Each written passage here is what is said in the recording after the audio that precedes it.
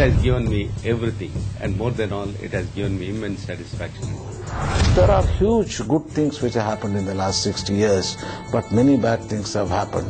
Really, I'm proud of our country, and people from our country have earned a great name in India and elsewhere. We have taken to the villages by this Panchayat Raj Act only corruption and politics. Dream of a great country, that my country will become a developed country by 2030. India should encourage rural liberalization.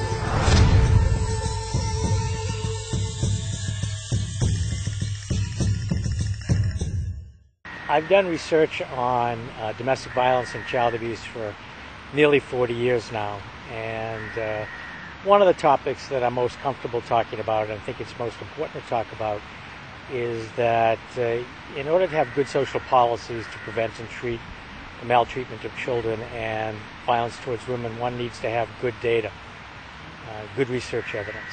And unfortunately, a lot of times there's poor data brought to the discussion. Advocates are so concerned to get the attention of policymakers and the public that they will put forth a number such as something that was in the Monday, January 3rd paper of The Hindu that said 50% of children in India have experienced sexual abuse. There's no information on how the study was conducted or who did it or how it was defined, and frankly, based on my experience, it seems highly unlikely that there could be that many victims of sexual abuse in India. While it seems well-intended to put a number forward like this, ultimately what it does is dilutes attention away and resources away from the victims who are in desperate need of help and desperate need of attention. So here's an example where good intentions do pave a road that does not produce the results that they hope for. So data is important. Knowing what you want to accomplish with social policy is important, and questioning the validity and accuracy of data needs to be done before one acts on studies that claim large numbers of victims of domestic violence and child abuse.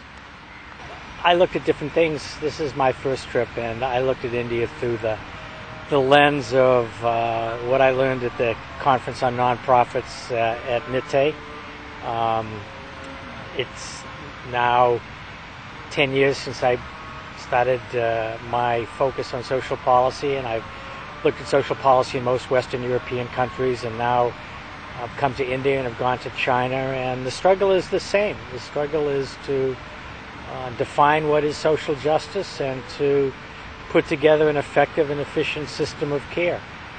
And I think we share the same goals and the same concerns on both in the U.S. and in India. But here people talk more about corruption, about how difficult it was to accomplish things because there was corruption in the political system. Our American system is corrupt in a different way. Not direct corruption, but a corruption of values, engaging in social policies that benefit those who contribute the most to campaigns and ignoring those who contribute the least or the least likely to vote. For me, I see no great difficulty in the U.S. cooperating with India and in every place in the world, but in particular India, because we share a sense of a concern for social justice, a concern about the disparity of wealth between the rich and the poor, and I don't think those cooperations require us to agree on political motives and foreign policy motives of the leaders of the countries, that the civil society sector, the NGO sector, the nonprofit sector can transcend and go beyond foreign policy issues and really grapple with and try to come up with appropriate interventions and solutions for issues of social justice, so that the kids' Judy photographs and the kids' eye interview can achieve their developmental potential.